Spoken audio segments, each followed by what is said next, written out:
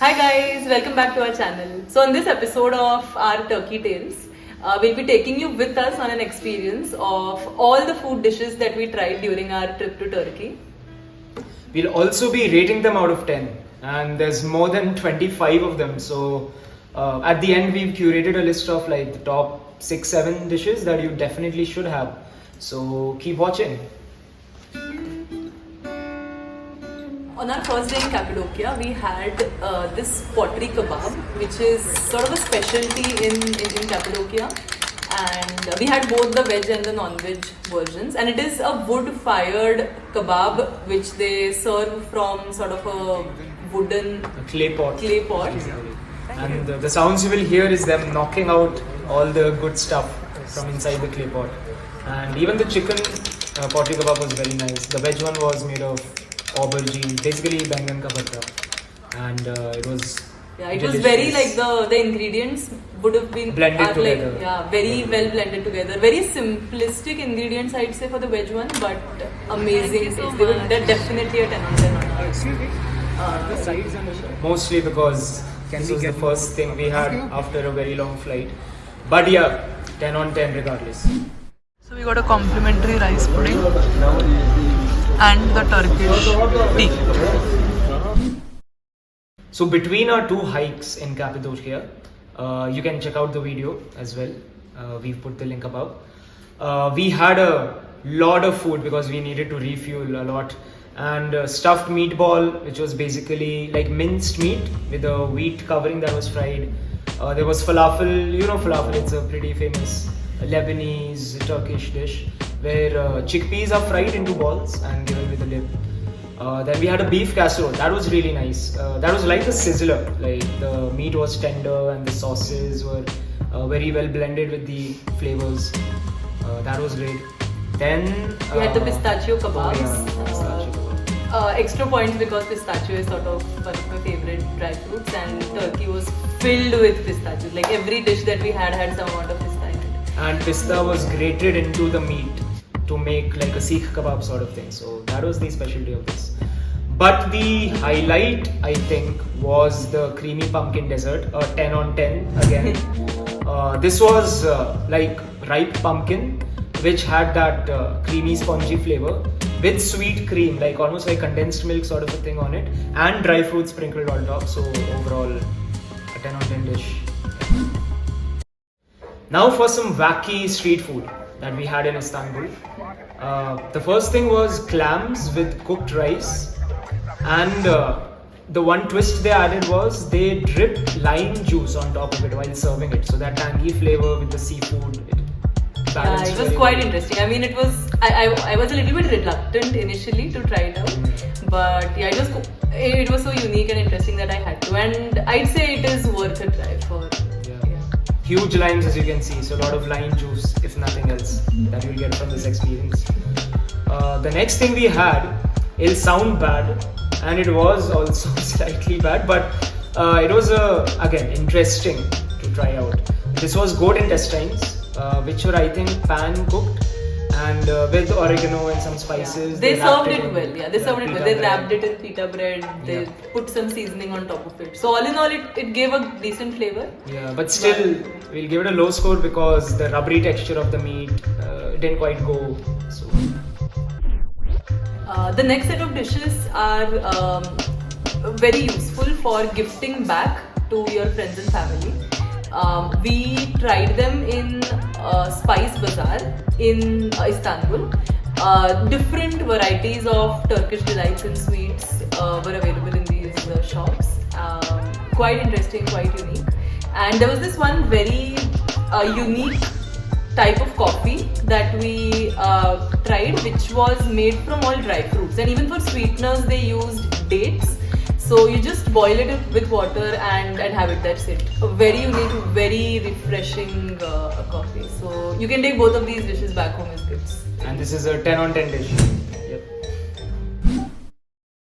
Yep. The next set of dishes is actually the staple breakfast of Turkish locals.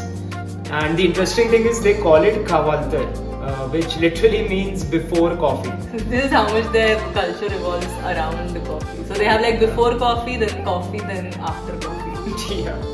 So this includes food like borek. Borek is basically pastry, like a puff pastry, and it has different fillings inside. It can be minced meat, vegetables, cheese, egg. It's called borek. Another thing is, it's very simple. This is actually a 10 on 10 for us because of the simplicity. It's called kaimak, which is basically clotted butter, and they have it with honey and bread. So both of them are like spreads that they do on bread. So very simple and very elegant dish. The next thing is tomato and egg, sort of like burji kind of casserole thing where it's just blended together. It's called menemen. And the last thing they have was sausages. So it's called sujuk, which is basically buffalo sausages, and they put semi-fried, half-fried egg on it. So this was what we had all before our first cup of coffee that day. And another pro tip, so if you're in Istanbul and if you're interested in trying out a variety of food dishes in Turkey, do book some guided food tours so that you can actually get insights into like how locals eat, where they eat, what are their regular sort of go-to places. So we booked ours with Daria, so we'll put her contact in the link below and you can contact her for your next visit. So after this huge spread of breakfast, we had a small stop of coffee, and then after coffee, we went to this one of the oldest places in Istanbul to try all of their variety of baklavas. And as you can see here, they have a lot of variations of pista flavored baklavas in here. And it can be shapes, different shapes, different fillings like walnut. Sometimes they put condensed milk and chocolate powder, which is actually not traditional, but it was my favorite variety out of all of those baklava variants. Yeah, and just a tidbit, this place is closing soon, so maybe if you go to Turkey by next year, it might not be... Catch a plane tonight and go and try it out. So during our day in Pamukkale, we went to this family-run cute little restaurant. It was run by a grandfather, and his grandkid was sort of generating leads for him. She was calling in customers inside. So it was basically the kid who sort of attracted us to try out this place, and we do not regret that decision. We had the chicken saute. The best sauce that I've tasted in any sort of a minced meat casserole thing. That was splendid. And there was also veg pizza, which was, I mean, their whole process of making things was so nice that even a simple veg pizza with just cheese and vegetables tasted really good. And I'm a hardcore carnivore, so even I enjoyed that pizza.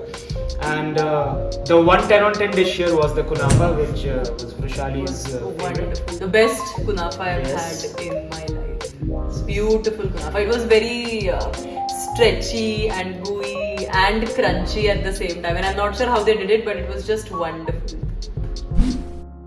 Taking you folks back to Cappadocia, we had booked a tour for Ilara Valley, and for lunch they took us to this cute, quaint, floating restaurant where we had fish, and we were very hungry, so we couldn't take videos of it, but we can describe it. It was smoky, it was blended with garlic flavors and some lime sauce as well.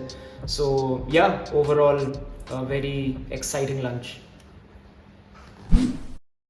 For another meal in Cappadocia, we tried this lamb and buffalo pizza and beti kebab.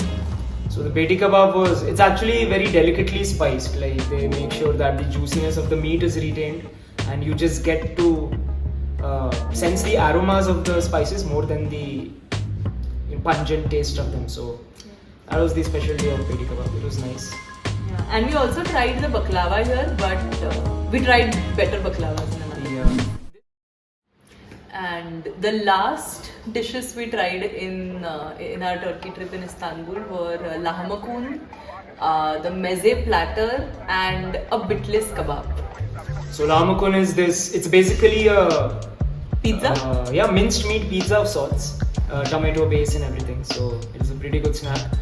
The meze platter has actually a variety of things. We got this in Cappadocia as well. They have Greek yogurt.